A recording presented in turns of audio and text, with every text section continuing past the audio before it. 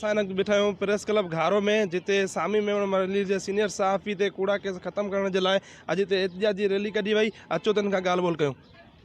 जीअं त ही साफ़िन के जो सिंध के अंदर हिसायो पियो वञे, जो सामी मेमण ते कूड़ी अफेयर कटी वही है कराची के अंदर, असां उनकी पुरज़ोर मज़म्मत था करूँ, आला अख़्तरनि खां इहो मुतालबो था करूँ, IG सिंध खां इहो मुतालबो था करूँ तो शाह लतीफ़ थाने जो SHO है उनके फ़ौरन मुतल कयो वञे, जेको साफ़त ते हमला कया पिया वञनि, जो साफ़िन के हिसायो पियो वञे जे कराची अंदर सामी मेमण ते कूड़ी अफेयर कटी वञे या फिलपोर जेके ख़ारिज कई वञे। ऐं ॿिए पासे असांजे घोड़ाबारी जो साफ़ी आहे मुख्तियार चांडियो AC घोड़ाबारी पारां उनखे जेको तो धमकायो वियो आहे, उनखे हिरासा कयो वियो आहे। असां चऊं था त ख़ुदा यारा ही कलम मथे, ही साफ़त मथे, जेकॾहिं हिन साफ़िन के हिरासा कयो वियो त हक़ सच केरु लिखंदो, इन शइ ते एक्शन खई वञे। ऐं AC घोड़ाबारी ऐं शाह लतीफ़ टाउन जो SHO इन्हनि खे ॿिन्हिनि खे फौरी मुतल कयो वञे ऐं साफ़िन सां इंसाफ़ कयो वञे।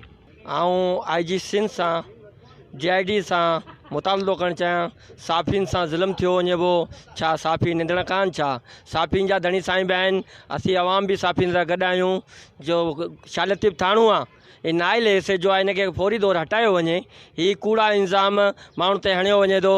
ॿियो त असांजो साफ़ी मुख्तियार चांडीअ ते कूड़ा इल्ज़ाम धमकियूं ॾियो वञे, साफ़ी निंदड़ कान आहिनि, पाकिस्तान सुन्नी तहरीक उन सां गॾु आहे। जी बिल्कुलु, सिंध जे अंदरि मुसलसल साफ़ियुनि सां ज़ातियूं थी रहियूं आहिनि।